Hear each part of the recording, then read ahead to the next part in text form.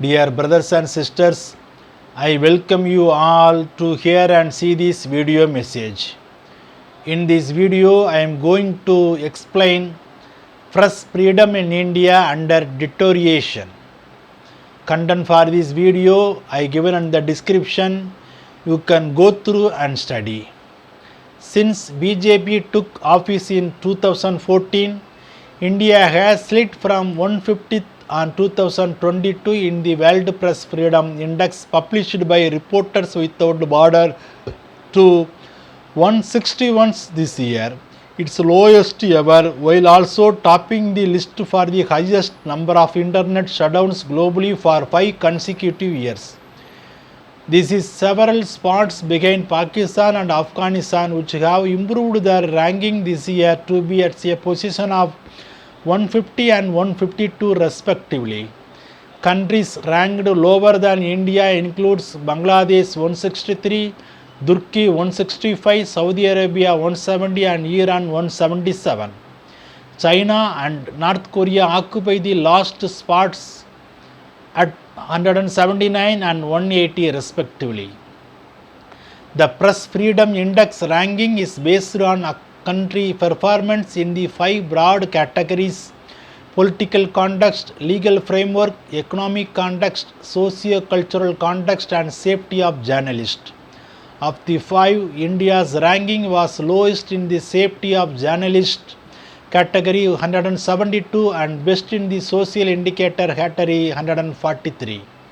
Under so-called anti-terrorism laws, journalists have been detained for reporting anti-Muslim incidents. Police routinely arrest journalists and human rights activists in Kashmir.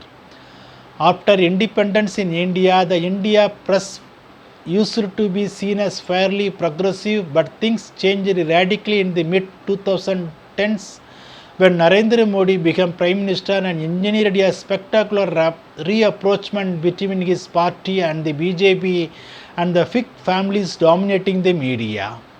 The prime example is undoubtedly the Reliance Industries Group led by Mukesh Ambani, now a personal friend of Modi's, who owns more than 70 media outlets that are followed by at least 800 million Indians. Similarly, the takeover of NDTV channels at the end of 2022 by Daigun Houtam Adani, who is also very close to Narendra Modi, signaled the end of pluralism in the mainstream media.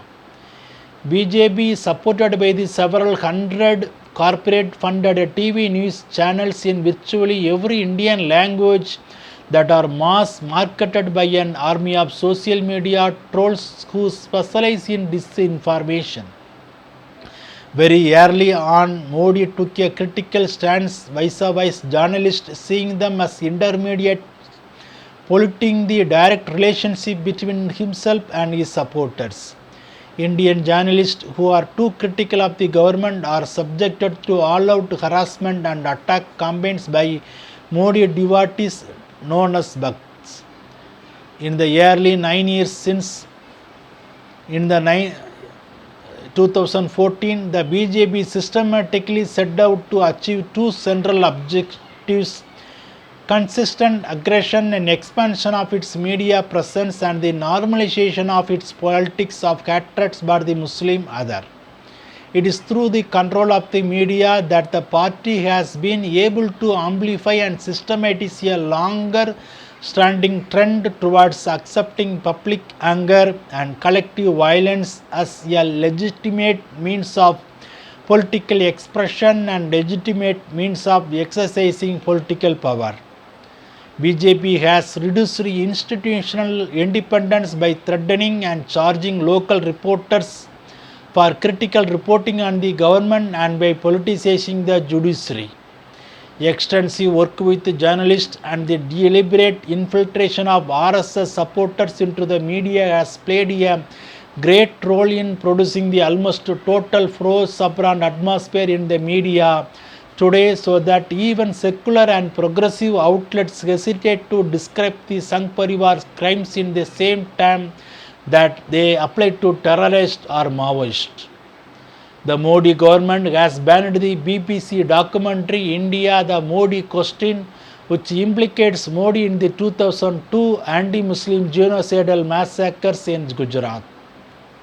The Congress party leader Rahul Gandhi has been convicted of trumped up charges of defamation of Modi, expelled from parliament. The Modi government is turning India into an electoral autocracy rather than a constitutional democracy.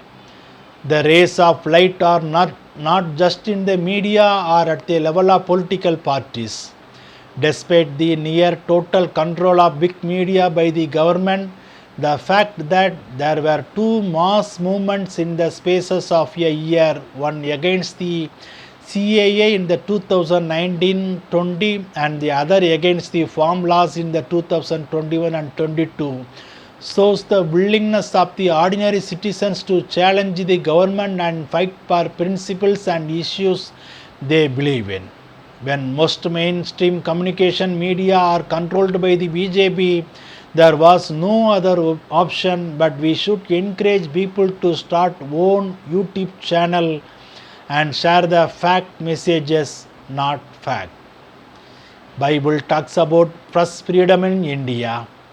In Proverbs chapter 19 verse 28, there is no justice where a witness that is biased media is determined to cut someone.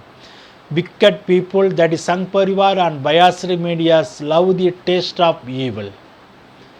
Also in Job chapter 34 verse 3 and 4, does not the air taste words as the plate taste food? Let us evaluate for ourselves what is right, that is news. Let us understand among ourselves what is good. Also in 1 Thessalonians chapter 5 verse 21, but examine everything that is news that is said, hold on to what is good. Amen.